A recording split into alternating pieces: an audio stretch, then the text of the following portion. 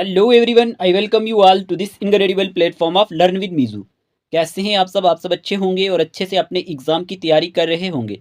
मेरे प्यारे दोस्तों, आज के इस सेशन में हम बात करेंगे प्रीपोजिशन के बारे में। देखें, इंग्लिश सेक्शन से आपको क्वेश्चंस पूछे जाएंगे और ये क्लासेस आपके जेकेपी कंस्टेबल एग्जाम के लिए और साथ ही साथ अदर जेके एसएसबी एग्जाम्स के लिए ज़रूरी रहने वाली हैं। अगर आपने इससे पहले वाले लेक्चर्स नहीं देखे हुए, प्लेलिस्ट में वीडियोज़ पड़े होंगे, जाके देख लेना, काम आएंगे। जल्दी से सभी एस्पायरेंट क्लास को लाइक कर दे और अपने पास एक नोटबुक और एक पेन रख लें। जो भी ज़रूरी चीज़ें होंगी वो साथ ही साथ नोट करते रहना। देखिए, सबसे पहले आपको मालूम होना चाहिए प्रीपोजिशन होता क्या है। Preposition is a word or group of words. हम कह सकते हैं ये हमारे पास एक वर्ड हो सकता है या फिर group of words that show, जो क्या दिखाता है प्यारे दोस्तों, दैट शोज, जो दिखाता है किसको, रिलेशनशिप को। That shows the relationship between, किसके बीच में, that shows relationship between words, ठीक है ना, इन ए सेंटेंस। लेकिन यहाँ पे आपको ये मालूम होना चाहिए ये हमारे पास यूज़ कहाँ पे होता है। देखिए, अगर हम बात करते हैं ना प्रीपोजिशन की, ये यूज होता है बिफोर ए नाउन, इससे पहले, बिफोर ए नाउन से पहले, या फिर हम कह सकते हैं प्रोनाउन से पहले। ठीक है, आपने याद रखना है, या तो ये नाउन से पहले होता है यूज़ या फिर प्रोनाउन से पहले ये यूज़ होता है। क्लियर। और आपने ये याद रखना है कि ये हमारे पास यहाँ पे दिखाता किसको है, ये हमारे पास शो प्लेस, प्लेस के बारे में बताता है, टाइम के बारे में बताता है, डायरेक्शन के बारे में बताता है। तो ये आपने याद रखना है कि प्रीपोजिशन का काम क्या होता है। ठीक है, इतनी चीज़ समझ आ गई, क्लियर। ओके, अब हम यहाँ पे इनको एमसीक्यूज के थ्रू ही समझेंगे, क्वेश्चंस के थ्रू ही समझेंगे कि इनका यूज़ कहाँ कहाँ पे होता है। क्लियर। जैसे कि पहली ब्लैंक आपको पूछी गई है, complete the sentence with the correct preposition. आपको यहाँ पे करेक्ट प्रीपोजिशन भरना है। यहाँ पे दिया गया है distribute sweet dash Ram and शाम। आपसे पूछा गया है कि यहाँ पे कौन सा प्रीपोजिशन आएगा, ठीक है ना। तो यहाँ पे कौन सा प्रीपोजिशन यूज़ करेंगे हम, तो यहाँ पे हमारे पास बिटवीन आएगा, अमंग आएगा, टू आएगा, विद आएगा। इस क्वेश्चन का आंसर है बिटवीन। अब समझना, ये जो बिटवीन है ना, बिटवीन का यूज़ कहाँ पे होता है, बिटवीन का यूज़ होता है यूज़ बिटवीन टू पर्सन्स के बीच में। याद रखना, दो पर्सन्स के बीच में बिटवीन का यूज़ होता है। और यहाँ पे इन बिटवीन का भी यूज़ होता है, कई बार इन बिटवीन होता है। और इन बिटवीन का कहाँ पे होता है, बिटवीन टू पर्सन्स के बीच में होता है, लेकिन व्हेन थर्ड पर्सन इंटर्स, और वहाँ पे तीसरा पर्सन भी इंटर हो जाए तो फिर हम कह सकते हैं इन बिटवीन, ठीक है ना। जैसे मैं एग्जांपल के थ्रू आपको बोलूँ, Ravi standing dash Ram and Sham, तो यहाँ पे क्या है, रवि स्टैंडिंग इन बिटवीन आएगा। क्या आएगा, in between Ram and Sham. तो ये चीज़ आपको यहाँ पे समझ होनी चाहिए। और फिर यहाँ पे अगर हम बात करते हैं, जैसे अमंग भी होता है, अमंग, और ये अमंग का यूज़ कहाँ पे होता है अगर हम बात करते हैं, पहले तो ये समझ लो, between is used when referring to two specific people or things. जब आप किसको रेफर कर रहे हो, दो स्पेसिफिक लोगों को या फिर चीज़ों को। While among is used for more than two, और अमंग कहाँ पे यूज़ होता है, मोर देन टू के साथ। और since the sentence mentions Ram and Shyam which are two people, यहाँ पे ये दो लोग थे, इसीलिए यहाँ पे बिटवीन का यूज़ हुआ है। और मैंने आपको इन बिटवीन का भी बता दिया कि जब दो पर्सन होते हैं और तीसरा आके उनमें इंटर हो जाता है तो उसके बीच में भी हमारे पास इन बिटवीन का यूज़ होगा। लेकिन फिर मैंने आपको बोला अमंग का यूज़ कहाँ पे होता है, यूज़ होता है बिटवीन टू और मोर पर्सन के बीच में। दो से ज़्यादा पर्सन जब होंगे ना तो वहाँ पे अमंग का यूज़ होगा। क्लियर। अब देखें, जैसे ये क्वेश्चन नंबर 2 पूछा गया है, complete the sentence with the correct preposition, distribute books dash children between among to with. अभी मैंने आपको बोल दिया कि हमारे पास जब दो से ज़्यादा होंगे तो तब किसका यूज़ करेंगे, अमंग का यूज़। तो यहाँ पे क्या आएगा, डिस्ट्रीब्यूट बुक्स अमंग चिल्ड्रंस, ठीक है, क्योंकि बच्चे क्या हैं, ज़्यादा हैं, कोई एक या दो नहीं है, स्पेसिफिक नहीं है, यहाँ पे ज़्यादा है। तो मैंने कह दिया आपको बिटवीन का यूज़ होगा जब दो पर्सन्स होंगे, और इन बिटवीन का होगा जब हमारे पास दो तो होंगे, तीसरा भी आके इंटर होगा तो इन बिटवीन। और जब यहाँ पे दो से ज़्यादा होंगे तो तब किसका यूज़ होगा, अमंग का यूज़ होगा। यह चीज़ समझ आ चुकी है, और इस ब्लैंक में भी अमंग आएगा। चलिए नेक्स्ट बात करते हैं। देखिए, among is used when referring to more than two people or things. जब हम किसको रेफर करते हैं, मोर देन टू पीपल या फिर चीज़ों को। और since children refers to multiple individuals, among is the correct choice. Okay, चलिए आगे चलते हैं। Which preposition correctly completes the sentence. पूछा गया the weather is cold dash December. यहाँ पे ऑन, एट, इन, बाई दिया गया है, आपको भरना है इस ब्लैंक में क्या आएगा। तो आपने चूज कर लिया होगा, यहाँ पे आएगा C option, in. The weather is cold in December, ठीक है ना, इन दिसंबर। देखिए, आपको ये भी याद रखना है, इनका यूज़ बड़ी जगह पे होता है। इनका यूज़ होता है यूज्ड फॉर इनसाइड के लिए भी यूज़ होता है। किस लिए, इनसाइड। जब कोई चीज़ किसी के अंदर होती है तो वहाँ पे भी हम किसका यूज़ करते हैं, इनसाइड। जैसे I M in the room, I am in the room, मैं रूम के अंदर हूँ, ठीक है, तो इनका यूज़ हुआ। ये चीज़ आपने ध्यान देनी है। लेकिन यहाँ पे क्या लिखा गया, in is a preposition that is use to indicate, ये किसको बताता है, एक प्लेस को, that is inside a large space, larger space, कोई ऐसी प्लेस जो किसके इनसाइड होगी, लार्जर स्पेस के इनसाइड होगी, सच एज हाउस की बात करें, सिटी की बात करें, कंट्री की बात करें या बॉक्स की बात करें, ठीक है ना। It is also use to refer to parts of the day की बात करें, ठीक है, मंथ्स, ईयर्स एंड सीजन्स, तो ये भी आप याद रख सकते हैं, ठीक है जी। आगे चलते हैं, फिर पूछा गया choose the correct preposition to fill the blanks, आपको चूज करना है करेक्ट प्रीपोजिशन और इसको भरना है। He poured milk dash the glass into on at for, क्या आएगा, तो he poured milk into the glass. अब यहाँ पे इनटू को भी समझना, देखिए इनटू का यूज कहाँ पे होता है, इनटू इज यूज्ड व्हेन, देखिए when something is going in from outside, जब कोई चीज़ क्या होती है आउट साइड से इनसाइड जाती है, तब हम किसका यूज करते हैं, इनटू का यूज करते हैं। जैसे कि ही जंप्ड इनटू द रिवर, मैं बोलूँ यहाँ पे ही जंप्ड इनटू द रिवर, ठीक है ना, इनटू द रिवर, तो ये बाहर से अंदर कोई गया है ना, इस तरह से। और कन्वर्शन के लिए भी हमारे पास इनका यूज, इनटू का यूज होता है, किसका, कन्वर्शन के लिए भी हमारे पास इनटू का यूज होता है। जैसे कि मैं एग्जांपल के थ्रू बोलूँ, यहाँ पे I changed milk into curd, okay ना, I changed milk into curd, तो यहाँ पे ये कन्वर्शन के लिए भी हमारे पास इनटू का यूज होता है। दो चीज़ें याद रख लेना, एक तो जब कोई चीज़ बाहर से अंदर जाती है हम किसका यूज़ करते हैं, जैसे मैंने एग्जांपल के थ्रू समझाया, ही जंप्ड इनटू द रिवर, बाहर से वो दरिया में उसने जंप किया ना, इसी तरह से कन्वर्शन के लिए मैंने बता दिया I change milk into curd, इस तरह से आपको याद रखना है। फिर यहाँ पे पूछा गया है question number 5, which of the following preposition correctly completes the sentence, he is good dash physics, क्या आएगा यहाँ पे, ऑप्शन दिए गए इन, एट, फॉर, विद, क्या आंसर आएगा, यहाँ पे आएगा एट, ठीक है, एट। देखिए एट क्यों आएगा, अब यहाँ पे आप कंफ्यूज होंगे, लेकिन मेरे प्यारे दोस्तों परफॉर्मेंस के साथ ना एट का यूज़ करते हैं, परफॉर्मेंस के साथ किसका यूज़ करते हैं, परफॉर्मेंस के साथ एट का यूज़ करते हैं, he is good at physics, ठीक है। या फिर हम कह सकते हैं यहाँ पे he is good at physics की अगर हम बात करें तो एक और एग्जांपल के थ्रू समझते हैं, I am good at playing cricket, जैसे मैं बोलूँ आई एम गुड एट, आएगा यहाँ पे एट प्लेइंग क्रिकेट।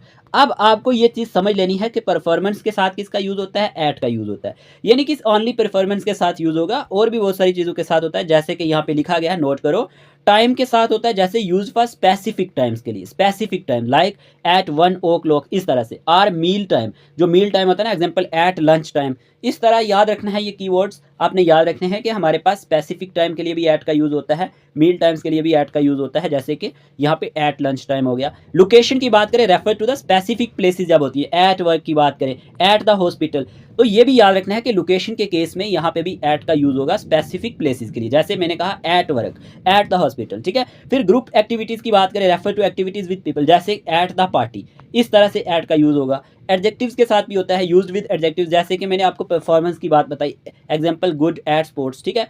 फिर नंबर्स के साथ भी यूज़ होता है, यूज विद प्राइसेस और स्पीड, जैसे एग्जांपल एट $10, ठीक है ना, एट 15 MPH, इस तरह से आपने याद रखना है कि एट का यूज़ कहाँ कहाँ पे होता है। और एक चीज़ और याद रख लेना कि हमारे पास ना, जैसे हम बोलते हैं, जैसे मैं आपको एक डिफरेंस बता दूं इन के बीच में और एट के बीच में, देखिए इन का यूज़ होता है कुछ प्लेसेस के साथ भी, जैसे मैं कहूँ I lived at Pushkar colony in Gwalior, ठीक है ना, तो यहाँ पे देखिए पुष्कर कॉलोनी क्या है, पुष्कर कॉलोनी हमारे पास क्या है, एक कोई स्मॉल प्लेस का नाम है, लेकिन ग्वालियर क्या है, एक बड़ा सिटी है, ठीक है ना। तो यहाँ पे कहने का मतलब, इस एग्जाम्पल के थ्रू आप समझेंगे, आई लाइव एट पुष्कर कॉलोनी, यहाँ पे समझना पुष्कर कॉलोनी इन ग्वालियर। अब यहाँ पे आपको क्या समझ आया, यहाँ पे ये समझना है आपको कि जो हमारे पास छोटी जगह होती हैं उनके साथ हम किसका यूज़ करते हैं, वहाँ पे एट का यूज़ करते हैं। अगर सेंटेंस में यहाँ पे कोई छोटी जगह है, ठीक है ना, तो वहाँ पे एट का यूज़ करेंगे, लेकिन जो हमारे पास लार्ज प्लेस होगी, कोई सिटी का नाम होगा, इस तरह से सेंटेंस में वहाँ पे हम इन का यूज़ करेंगे, ठीक है, समझ आया। जैसे कि मैं कहूँ यहाँ पे एक एग्जाम्पल और ले लूँ, आई लाइव एट ग्वालियर इन मध्य प्रदेश, ठीक है ना, आई लाइव एट, नोट करें, आई लाइव एट ग्वालियर, यहाँ पे मैंने कहा आई लाइव एट ग्वालियर, ठीक है, इन मध्य प्रदेश। तो अब मुझे बताओ, अब यहाँ पे मध्य प्रदेश आ गया ना, ग्वालियर तो शहर है, मध्य प्रदेश तो पूरी स्टेट है ना, तो यहाँ पे आपको समझ आ चुका होगा कि यहाँ पे हमने इन किसके साथ यूज़ किया, MP के साथ किया, क्योंकि मध्य प्रदेश तो ज़्यादा बढ़िया है एरिया के हिसाब से, क्योंकि उसी के अंदर शहर ग्वालियर आ गया, अगर एग्जाम्पल के तौर पे कहें तो। यहाँ पे मैं ये समझाना चाह रहा हूँ आपको कि यहाँ पे एट का यूज़ हमारे पास स्मॉल प्लेसेस के लिए होता है, ठीक है, और जो इन है वो हमारे पास लार्ज प्लेसेस के लिए भी होता है, अगर इस तरह से कोई सेंटेंस आपको देखने को मिल जाए, ठीक है। बाकी एट का यूज़ कहाँ पे होता है, इन केस ऑफ परफॉर्मेंस के साथ यूज़ होता है। ये चीज़ समझ आई, बाकी भी मैंने आपको बता दिया इस स्लाइड में। देखिए अगर आपको हमारे नोट्स चाहिए तो इसका स्क्रीनशॉट आप ले लें जल्दी से, ये सारी चीज़ें आपको मिल जाएंगी और plus 2 year paid group subscription भी आपको मिल जाएगी। इसमें बहुत सारी चीज़ें आपकी कवर हो जाएंगी और लास्ट डेज में अगर आप इन पीडीएफ्स के थ्रू एग्जाम में जाते हैं, इनको रिवाइज कर लेते हैं टॉपिक वाइज एमसीक्यूज़ को, थ्योरेटिकल पोर्शन भी होगा लेकिन अभी आपको यहाँ पे एमसीक्यूज़ पे ज़्यादा ध्यान देना है, तो ये आपको 499 में मिल जाएगा और इसी में आपके मॉक टेस्ट भी कंप्लीट हो जाएंगे, ठीक है ना, फुल लेंथ मॉक टेस्ट भी। सभी एग्जाम के लिए ये आपके लिए इंपॉर्टेंट हो जाते हैं, लेकिन जेकेपी कांस्टेबल के लिए अभी आप तैयारी कर रहे हैं तो आप ले सकते हैं। कोई भी इंटरेस्टेड एस्पिरेंट होगा तो यहाँ पे स्क्रीन पे जो नंबर दिया गया है इसी नंबर पे मैसेज करना है, आपको ये सब कुछ मिल जाएगा। आपके टेस्ट भी हो रहे हैं यहाँ पे 2 मॉक टेस्ट हो चुके हैं, बाकी अकॉर्डिंग टू डेट आपको ये मिल जाएंगे, जैसे कि थर्ड जो है वो 15 नवंबर को है और फोर्थ वाला 20 नवंबर को और फिफ्थ 25 नवंबर को। आपने क्या करना है, जो नंबर स्क्रीन पे दिया गया है, अगर आपको ओनली मॉक टेस्ट चाहिए तो तब भी हमारे पास 99 रुपीज़ रहने वाली है। और अगर आपका कोई भाई बहन यहाँ पे Jammu and Kashmir high court junior assistant की तैयारी कर रहा है तो स्टडी मटेरियल मिल जाएगा 499 रुपीज़ में, और अगर ओनली मॉक टेस्ट चाहिए तो 99 रुपीज़ में मिल जाएंगे, और अगर mock test plus study material चाहिए तो ये 499 रुपीज़ में पड़ेगा। बता देना, ठीक है, काम आएगा इनको भी। ये यहाँ पे भी हमारे पास 2 मॉक टेस्ट हो चुके हैं और 3 बच रहे हैं। चलिए नेक्स्ट बात करते हैं। मॉक टेस्ट से ये होता है कि आपको पता चल जाता है आपकी प्रिपरेशन कैसी चल रही है। 6 नंबर पे क्वेश्चन पूछा गया है, which preposition correctly completes the sentence. यहाँ पे पूछा गया है London is dash the river Thames, option A दिया गया ऑन, इन, एट, बाय। क्या आंसर आएगा यहाँ पे, तो इस क्वेश्चन का आंसर है ऑन, ठीक है, ऑन आएगा, ठीक है, London is on the river Thames. अब यहाँ पे आपको याद रखना है कि जो ऑन का यूज़ कहाँ पे होता है। देखिए मैं आपको अगर सिंपल वे में समझाऊं तो आपको मैक्सिमम ध्यान ये रखना है कि ऑन का यूज़ कोई भी चीज़ किसी चीज़ के ऊपर हो ना तो वहाँ पे हम ऑन का यूज़ करते हैं, लेकिन एक डिफरेंस है ऑन और ओपॉन में। यहाँ पे ओपॉन का यूज़ कहाँ पे करते हैं, जब कोई चीज़ उठा के किसी चीज़ के ऊपर रखी जाए ना तो आप यह समझ लेना कि वहाँ पे ओपॉन का यूज़ करेंगे, ठीक है। लेकिन यहाँ पे क्या हो गया, ऑन का यूज़ मैंने कहा, तो यहाँ पे आपको याद रखना है, जैसे लोकेशन ऑन ए सरफेस की बात करें, जैसे एग्जांपल दिया गया है the books are on the desk, तो यहाँ पे किसका यूज़ हुआ, ऑन का यूज़ हुआ। पब्लिक ट्रांसपोर्टेशन की बात करें, he is on the bus now, कहने का मतलब है जैसे कि मैंने कहा ना आपको, कोई भी चीज़ किसी चीज़ के ऊपर हो तो उसके जगह हम किसका यूज़ करते हैं, ऑन का यूज़ करते हैं। बाकी लाइन्स एंड आइलैंड्स की बात करें, जैसे London is on the river Thames, तो यहाँ पे भी। फिर प्लैनेट्स की बात करें, you will find a wide variety of life on earth, तो कहने का मतलब है कोई भी चीज़ किसी चीज़ के ऊपर होती है वहाँ पे हम ऑन का यूज़ करते हैं। समझ आ गया, ठीक है। क्वेश्चन नंबर 7 में अगर हम बात करते हैं, he carefully placed the vase dash the table, क्या आएगा यहाँ पे, यहाँ पे आपको पता क्या लगाना है, ये बिसाइड की जगह ओपन रखें, ठीक है, तो यहाँ पे इस ब्लैंक में ओपन आएगा क्योंकि यहाँ पे ऑन नहीं आएगा। He carefully placed the vase dash the table, he carefully placed the vase upon the table, ठीक है। तो यहाँ पे आपने याद रखना है कि ओपन जो होता है ये यूज किया जाता है when something is lifted and placed on top of something else, तो यहीं पे हमारे पास ओपन का यूज होता है। और he carefully placed the vase upon the table आएगा, ठीक है। और they built their city upon a cliff overlooking the sea, और she was seated upon a throne, okay, that depends upon the circumstances. तो ये सारी example है हमारे पास किसकी, अपन की। तो ये आप याद रखेंगे, ऑन का यूज़ कहाँ पे होगा, इस ब्लैंक में ऑन नहीं आएगा, यहाँ पे ओपन आएगा, इसको करेक्ट कर लेना है। दोनों में डिफरेंस समझ आ चुका होगा आपको, ठीक है। जैसे हम कहें ऑन के बारे में मैंने ऊपर बात करी थी, जैसे मैंने कहा ऑन ए बस क्योंकि वो बस पे है, ठीक है, ऑन ए प्लेन, ठीक है। इसी तरह से ऑन टेलीविज़न, मतलब कोई चीज़ टेलीविज़न पे दिखाई गई, तो इस तरह से आप याद रखेंगे। ओके चलिए आगे चलते हैं। फिर यहाँ पे the cat is dash the table, चलिए क्या आएगा, ऑन, अंडर, बिसाइड, बिहाइंड, तो यहाँ पे अंडर आएगा। आपको ये चीज़ समझनी है कि हमारे पास ना अंडर क्या यूज़ कहाँ कहाँ पे होता है, देखें बताता हूँ अभी, लेकिन यहाँ पे क्या, the cat is under the table, अब देखना है यहाँ पे preposition under has different meanings, here are a few ways its use. देखें ये कहाँ कहाँ यूज़ होता है। पहली चीज़ आपको याद रखनी है, बिलो और लोअर देन, कोई चीज़ बिलो होगी या लोअर देन होगी उसके साथ हम किसका यूज़ करेंगे, अंडर का यूज़ करेंगे। When something is beneath or not as high as something else, तो वहाँ पे हम किसका यूज़ करते हैं, अंडर का यूज़ करते हैं। The cat is under the table, ठीक है, ये भी याद रखना है। और आपने ये भी याद रखना है टचिंग और कवरिंग के साथ, जैसे when one thing is on top of or covering something else, for example the wreck of the Titanic is under the sea. Controlled by की बात करें, when something is managed or ruled by someone, जब कोई चीज़ क्या हो, कोई manage कर रहा हो या फिर रूल कर रहा हो तो वहाँ पे भी अंडर का यूज़ करते हैं, ठीक है। जैसे for example the cafe is under new management, okay, तो इस तरह से आपको याद रखना है। ये चीज़ समझ आ चुकी है। वैसे ये चीज़ याद रख लेना कि अंडर का यूज़ होता है विजिबल थिंग्स के लिए, जो किसके केस में, बिलो और लोअर देन होती हैं। जैसे मैंने एग्जांपल आपको बताई, अंडर ए ट्री की बात करें, जैसे कि अंडर ए ट्री हम खड़े होते हैं, ठीक है, अंडर द टेबल, तो ये चीज़ें आपने याद रखनी है। ठीक है। लेकिन एक चीज़ आपने याद रखनी है कि जैसे एक एग्जांपल दे दूं, all the oil resources are dash the land, यहाँ पे क्या आएगा? अंडर आएगा या कुछ और आएगा? मेरे प्यारे दोस्तों यहाँ पे अंडर नहीं आएगा, यहाँ पे बेनीथ आएगा। अब ये क्यों आएगा? देखें, कोई ऐसी चीज़ जो किसी चीज़ के नीचे हो और वो इनविजिबल हो, मतलब उसको देखना इतना आसान ना हो, हमारे लिए पॉसिबल ना हो, वहाँ पे बेनीथ का यूज़ करते हैं। लेकिन कोई चीज़ जैसे कि यहाँ पे था, ये एग्जाम्पल थी कौन सी? ये टचिंग और covering, when one thing is on top of और कवरिंग समथिंग एल्स, तो वहाँ पे अंडर का यूज़ करते हैं। जैसे the wreck of the Titanic is under the sea, मतलब अंडर द सी है ना, सी के नीचे भी तो ऑयल रिसोर्सेज कहाँ होते हैं? सी के नीचे होते हैं। तो यहाँ पे वहाँ पे क्या आएगा? बेनीथ। तो इन दोनों में थोड़ा सा डिफरेंस याद रख लेना। आगे चले, choose the correct preposition to complete the sentence, the man dash her was wearing a brown suit and hat.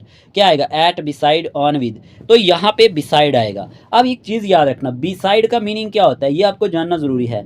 Beside का मीनिंग होता है के बगल में, कोई चीज़ जो आपके बगल में हो, ठीक है, कोई आदमी आपके बगल में बैठा हो जैसे हम कह सकते हैं। और एक होता है बिसाइड्स। अब बिसाइड्स क्या होता है? के अलावा। इसका मतलब क्या निकलता है? के अलावा। दोनों में फ़र्क है, याद रखना। तो यहाँ पे आंसर क्या है? यहाँ पे आता है बिसाइड, क्योंकि द मेन यहाँ पे बिसाइड आया। बिसाइड का मतलब क्या होता है? के बगल में, कि जो आदमी उसके बगल में बैठा था ना, the man beside her was wearing A brown suit and hat, इसीलिए यहाँ पे क्या आएगा? BESIDE आया। लेकिन जो BESIDES है उसका मीनिंग है के अलावा। ओके, जैसे मैं कहूँ besides me everyone went to picnic, मतलब मुझे छोड़ के मेरे अलावा सभी पिकनिक्स पे गए थे।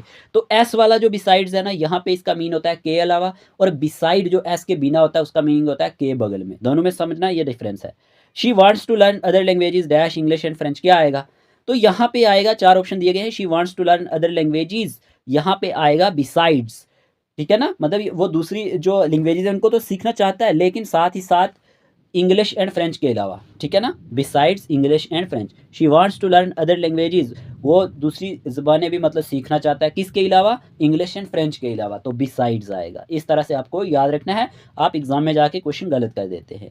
फिर यहाँ पे देखें, नोट क्या लिखा गया? Beside versus besides.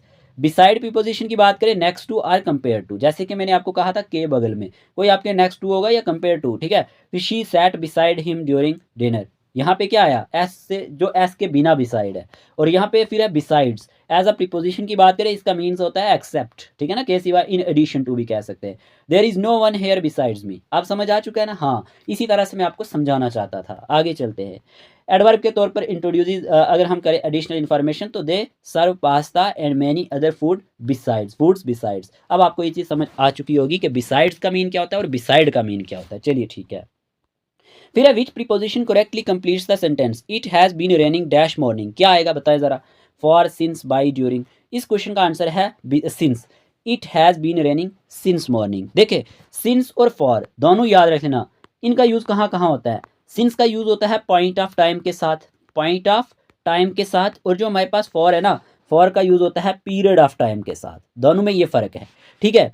जैसे मैं एग्जांपल के थ्रू आपको बोलूँ, यहाँ पे पहले ये समझ लेते हैं। The preposition since is use to indicate a starting point in time, ठीक है, ये किसको बताता है? एक स्टार्टिंग पॉइंट को टाइम में, and the continuation of an action from that point. और ये ऑफन यूज होता है किसके साथ? प्रेजेंट परफेक्ट और पास्ट परफेक्ट टेंसेस के साथ, ठीक है। जैसे यहाँ पे है प्रेजेंट परफेक्ट की बात करें, use to prefer to a period of time that started in the past and continues up until the present, ठीक है। जैसे for example, I have been waiting since 10 o'clock and I am still waiting. तो यहाँ पे क्या आया? यहाँ पे हमारे पास सिंस का यूज़ हुआ, और यहाँ पे use to refer to a period of time that started in the past and continues up until another point in the past. It is so long since I saw them. तो कहने का मतलब ये है, मैं आपको सिंपल वे में यहाँ पे समझा दूँ कि पॉइंट ऑफ टाइम के साथ हम सिंस का यूज़ करते हैं और फॉर का यूज़ करते हैं पीरियड ऑफ टाइम के साथ। अब देखना कैसे, मैं कहूँ he has been playing cricket, he, note करें, he has been playing cricket, he has been playing cricket dash 10 o'clock, तो क्या आएगा यहाँ पे? पता क्या आएगा?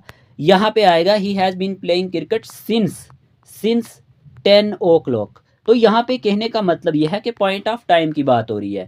लेकिन अगर मैं यहीं पे कहूँ आपको, I have been reading dash 2 hours, क्या कहा मैंने? I have been reading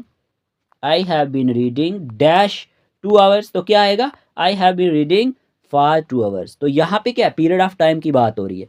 point of time के साथ सिंस का यूज़ करेंगे और फॉर का यूज़ कहाँ पे करेंगे, पॉइंट जो पीरियड ऑफ टाइम के साथ। समझ आ गया, क्लियर। अब यहाँ पे पूछा गया है choose the correct preposition to complete the sentence. We waited dash an hour outside the theatre for you. बताए क्या आएगा। चार ऑप्शन है, फॉर, ड्यूरिंग, सिंस, बाय। इसका आंसर है हमारे पास फॉर। देखिए we waited for an hour, यहाँ पे एन आवर की बात हो रही है ना, इसीलिए यहाँ पे क्या आएगा, फॉर आएगा। ठीक है, outside the theatre for you, theatre for you. अब देखिए यहाँ पे note for period of time, मैंने आपको फॉर पीरियड ऑफ टाइम के लिए किसका यूज़ होता है, फॉर का यूज़ होता है पीरियड ऑफ टाइम के लिए। जैसे यहाँ पे दिया गया है एक्सप्रेसिंग ड्यूरेशन, जब हम किसकी बात करते हैं, ड्यूरेशन की। We have been waiting for 2 hours, clear. Indicating distance और क्वांटिटी को भी ये हमारे पास इंडिकेट करता है। I ran for several miles. Identifying an object को भी आइडेंटिफाई करता है। This is a gift for you, ठीक है ना। एक्सप्रेसिंग स्पोर्ट के लिए भी यूज होता है। I always root for the underdog, ठीक है। Showing representation, I speak for everyone when I say we are happy. फिर introducing an exchange, I will trade you my chips for your muffin. इस तरह से आपने याद रखना है कि किस किस के साथ इन चीज़ों का यूज़ होता है, पर थोड़ा सा ध्यान देना पॉइंट ऑफ टाइम और पीरियड ऑफ टाइम के लिए, फिर आपको ये चीज़ें ज़्यादा क्लियर हो जाएंगी। और expressing Q for your help, ठीक है ना, इस तरह से। और डिस्क्राइब करते हैं जब आप एक रीज़न को, describing a reason, she became a doctor for the money. तो इस तरह से फॉर का यूज़ होता है और सिंस का यूज़ पॉइंट ऑफ टाइम के साथ होता है और पीरियड ऑफ टाइम के साथ फॉर का यूज़ होता है। समझ आ गया, ठीक है। क्वेश्चन नंबर 13 पूछा गया, दे open the package dash a knife. क्या आएगा, विद, बाई, इन, ऑन। तो यहाँ पे हमारे पास विद आएगा, ठीक है। अब देखें ज़रा, मैंने क्या कहा, दे open the package with a knife. अब यहाँ पे आपने याद रखना है, बड़ा ज़रूरी है यहाँ पे कि हमारे पास विद का यूज़ किसी चीज़ को, आप एक चीज़ याद रखना, किसी चीज़ को आप हाथ के साथ पकड़ते हैं तो वहाँ पे भी विद का यूज़ होता है, ठीक है।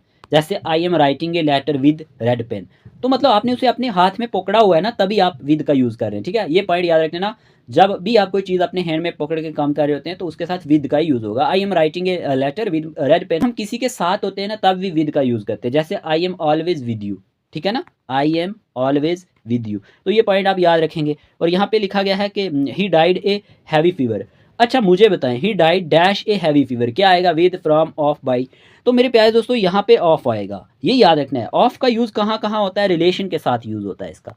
रिलेशन के साथ इसका यूज़ होता है कैसे, जैसे मैं कहूँ you are father dash Mohan, क्या आएगा, you are father of Mohan. यहाँ पे रिलेशन की बात हो रही है ना, तो यहाँ पे ऑफ का यूज़ होगा। लेकिन आप सोच रहे होंगे यहाँ पे ऑफ का यूज़ क्यों हुआ, तो मेरे प्यारे दोस्तों ऑफ का यूज़ कोई भी इंसान अगर किसी बीमारी से मरता है ना, तो उसके साथ भी हम ऑफ का यूज़ करते हैं। जैसे he died of cancer, he died of cancer, तो यहाँ पे भी हमने ऑफ का यूज़ किया। समझ आ गया, क्लियर।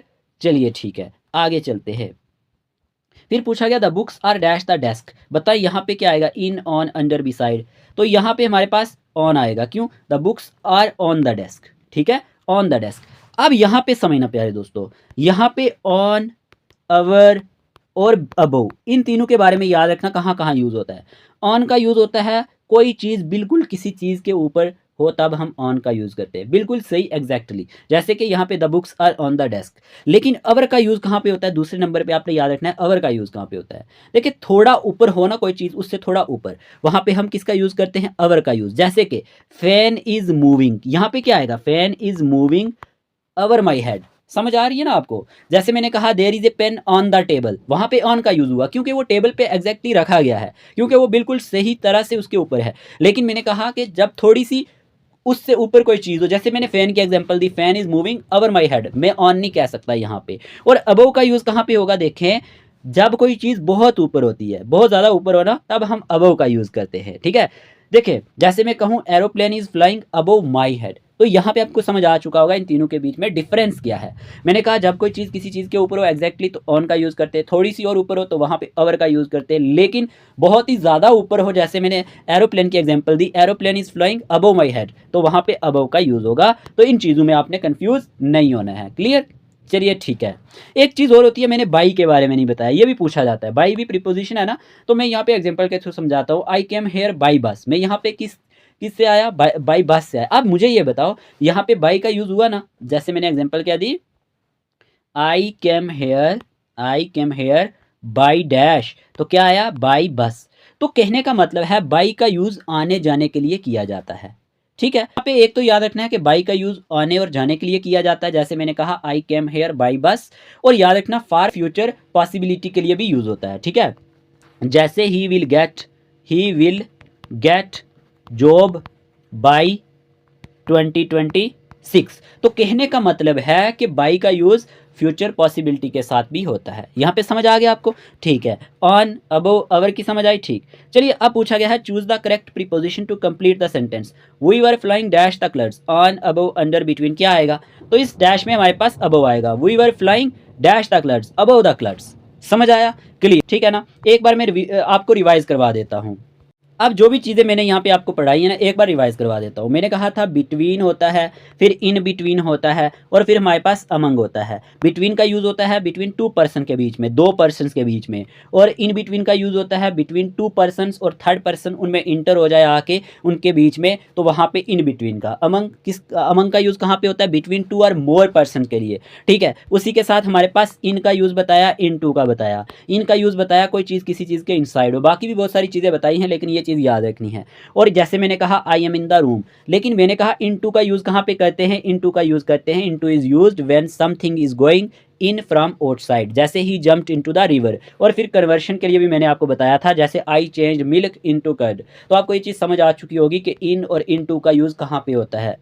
और फिर मैंने आपको एट के बारे में भी बताया, परफॉर्मेंस के लिए एट का यूज़ करते हैं। और फिर मैंने आपको कहा था स्मॉल प्लेसेस के लिए एट का यूज़ करते हैं। कहीं भी एक सेंटेंस के अंदर स्मॉल प्लेस की बात हो रही होगी और साथ में मतलब किसी स्टेट का नाम होगा या कोई बड़ी जगह होगी और उसी में एक छोटी जगह का नाम होगा, बड़ी के लिए इन का यूज़ करेंगे और छोटी के लिए एट का यूज़ करेंगे। फिर ऑन का यूज़ बता दिया कि ऑन का यूज़ कहाँ पे होता है? जब कोई चीज़ किसी चीज़ के ऊपर हो वहाँ पे हम ऑन का यूज़ करते हैं। और अपॉन का यूज़ कहाँ पे करते हैं? जब कोई चीज़ हम उठा के किसी चीज़ के ऊपर रखते हैं वहाँ पे अपॉन का यूज़ करते हैं। फिर अंडर का यूज़ बताया कि हमारे पास लोअर जो हमारे पास चीज़ें होती हैं तो उनके साथ करते हैं, जैसे विजिबल थिंग्स होती हैं। जैसे मैंने कहा था cat is under the table, तो हम तो कैट को देख सकते हैं ना, टेबल के नीचे देख सकते हैं चीज़ों को। लेकिन मैंने कहा था कि all the oil resources are beneath the land. Oil resources हम खुद ऐसे नहीं देख सकते क्योंकि वो ज़मीन के नीचे है, किसी चीज़ के ऊपर नहीं है ना। इस तरह से वहाँ पे बेनीथ का यूज़ हुआ। फिर बिसाइड और बिसाइड्स के बीच में डिफरेंस बताया। बिसाइड बोला के बगल में और बिसाइड्स बोला के अलावा। जैसे